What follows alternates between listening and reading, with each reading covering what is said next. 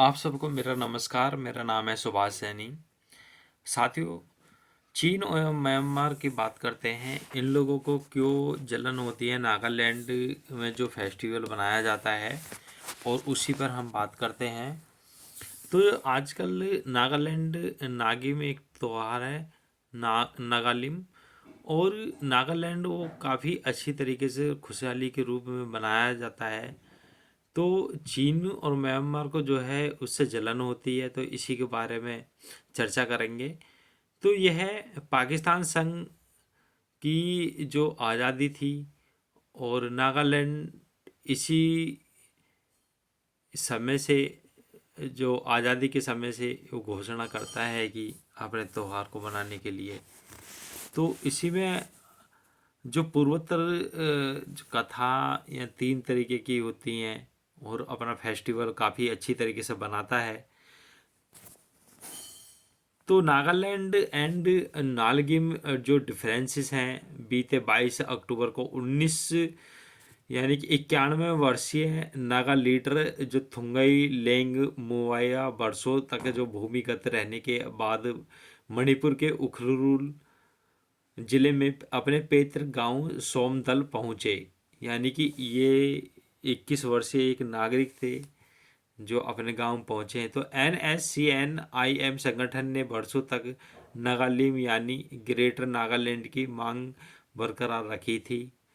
तो नागालिम आंदोलन का एक अलगाववादी आंदोलन है जो भारतीय राज्यों नागालैंड, मणिपुर, असम और अरुणाचल प्रदेश का नागा बहुल क्षेत्र और म्यांमार के जो सागाइंग क्षेत्र के नागा स्वाम प्रशासित क्षेत्र में नागा लोगों के लिए एक देश बनाने की मांग कर रहे हैं। तो इसी समय चीन के कुछ हिस्से में लगती है।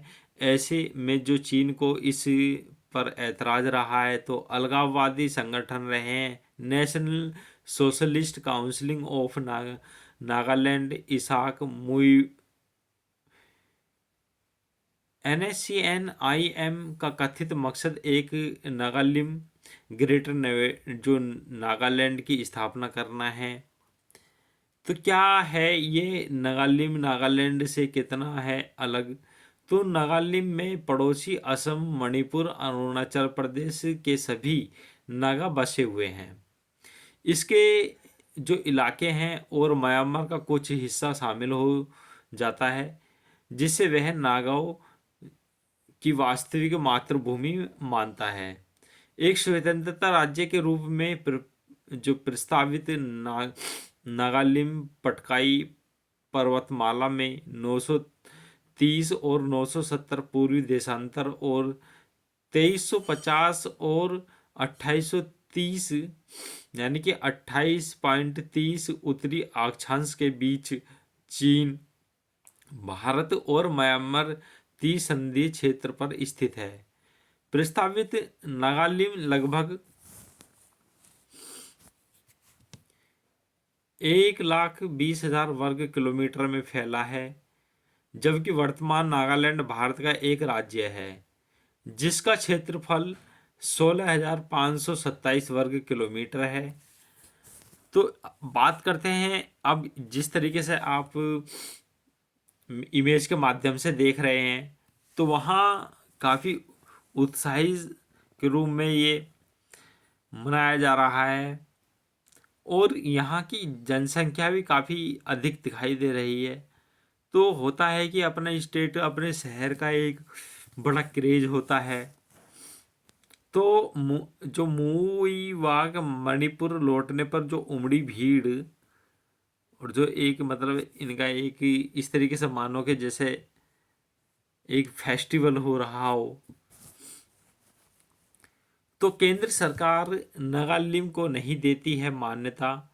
तो इस पे केंद्र सरकार का क्या मानना है?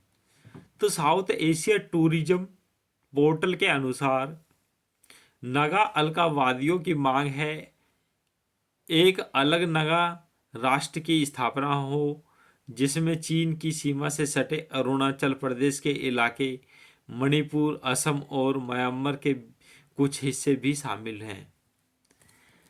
साथियों बात यह है कि अगर इनको इस तरीके से आज़ादी भी दे दी जाती है तो फिर अनेक अलग अलग स्टेट हैं, सब अपना अलग अलग आज़ादी की मांग करेंगे।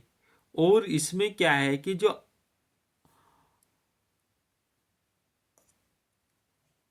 अलग अलग स्टेट के लिए जो रख रखाव है और सीमाओं को और स्टेट को जो भारतीय सेना उस स्थिति में नहीं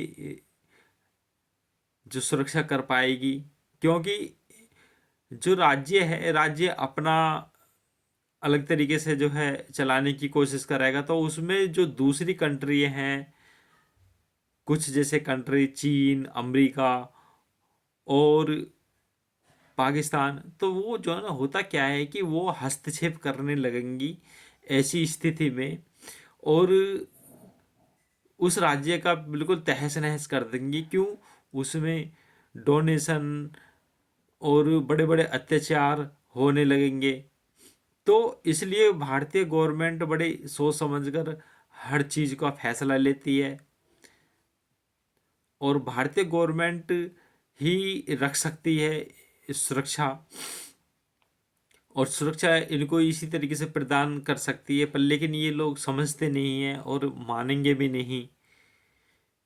तो अब जैसे भारत अपनी सीमाओं को अच्छी तरीके से सुरक्षा में रखती है तो उस समय फिर ऐसी विखंडन हो जाएगा। तो अलग अलग स्टेट नहीं बनना चाहिए। नागालैंड की स्थापना से म्यांमार के कुछ हिस्से के साथ साथ तीन पड़ोसी राज्यों असम, मणिपुर और अरुणाचल प्रदेश के बड़े हिस्से भी शामिल होने का खतरा है, जैसे हमने आपको बताया है।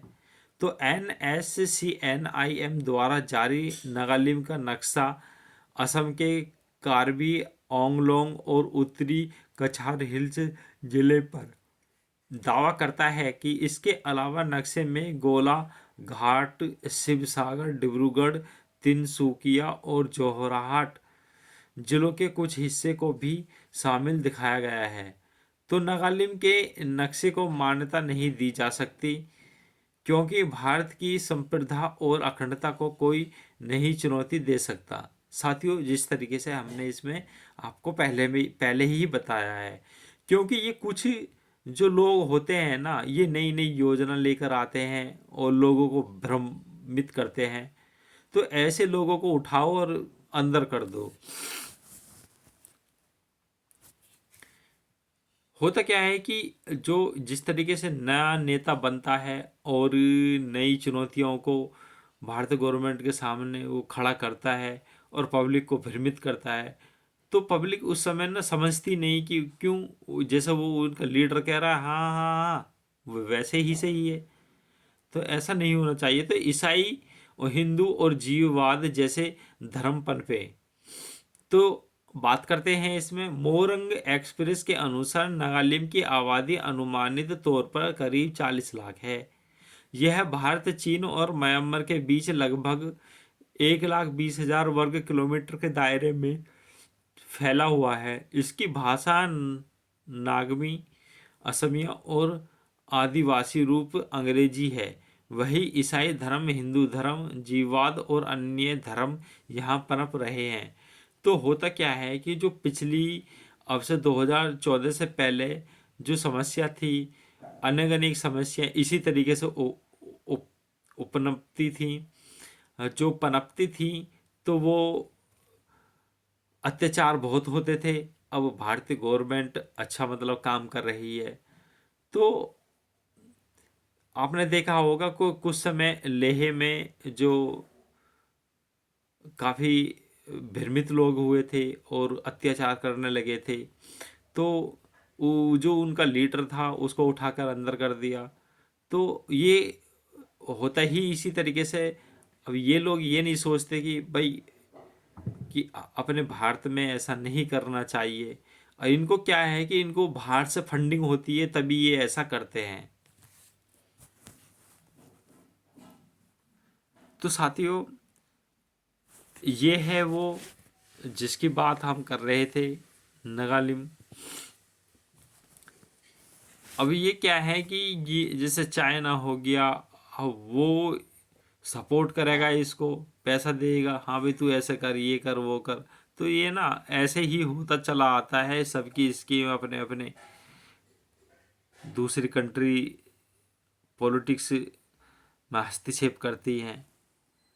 तो 91 वर्षीय नागा लीडर थुइंगलोंग मुइवा वर्षों का भूमिगत रहने के बाद मणिपुर के उखरुल जिले में अपने पैतृक गांव सोमदल पहुंचा।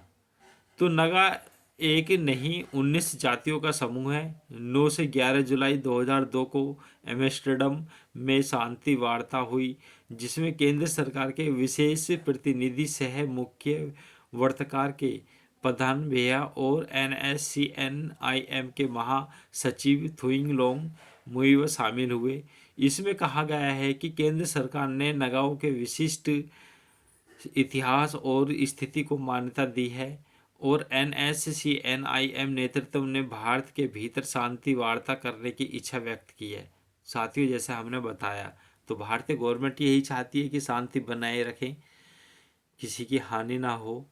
तो इसमें कहा गया है कि नगा कोई एक जनजाति नहीं है, बल्कि एक जातीय समुदाय है जिसमें कई जनजातियों शामिल हैं, और जो नागालैंड राज्य और उसके पड़ोस में रहते हैं, इसमें 19 प्रमुख जनजातियां शामिल हैं। नगाओं का इतिहास कब शुरू हुआ, इसमें क्या विवाद रहा, तो नगाओं की उत्पत्ति का पता नहीं लगाया जा सकता, लेकिन नगा राष्ट्रवाद का दावा ब्रिटिश शासन के दौरान शुरू हुआ। 14 अगस्त 1947 को नगाओं ने ब्रिटिश भारत से आज़ाद होने का ऐलान कर दिया और अपने लिए एक नगा राष्ट्र यानी नगालिम का ऐलान कर दिया। 1946 में अजेंड फिजोर ने नागा की राष्ट्रीय परिषद NSC का गठन किया, जिसने 14 अगस्त 1947 को नागा स्वतंत्रता की घोषणा की। तो हालांकि जो ब्रिटिश शासन ने यहाँ जो शासन किया, उसने भी यहाँ पूरे झंडे गाड़े हैं, कहीं ना कहीं किसी न किसी तरीके से फूट डालो, राजनीति करो। तो आदि समस्याओं को वो पैदा करके गए थे। अब वो जो ख़त्म करना बड़ा मुश्किल सा हो जाता है। तो एक जनमत संग्रह कराने का दावा किया है, जिसमें भारी बहुमत ने एक स्वतंत्रता नागा राज्य का समर्थन किया। हालांकि इससे किसी ने मान्यता नहीं दी है और आज़ादी के बाद यह विवाद जारी रहा, यहाँ तक कि नागालैंड के एक राज्य बनने के बाद भी अनसुलझे मुद्दे ने दशकों तक चले उग्रवाद को जन्म दिया, जिसमें हजारों लोगों की जान गई। साथियों, जिस तरीके से ये अपडेट है, मिलते हैं फिर अगली नेक्स्ट वीडियो में और इसी तरीके की हम अपडेट फिर लेकर आएंगे। तो हमने आपको बताया है कि नगालिम और जो किस तरीके से उन्होंने अपनी स्थापना करी, तो ये क्या चाहते हैं। तो हालांकि देश में ये शांति बनाए रखें, उसी से सबका भला है। Thank you for watching this video.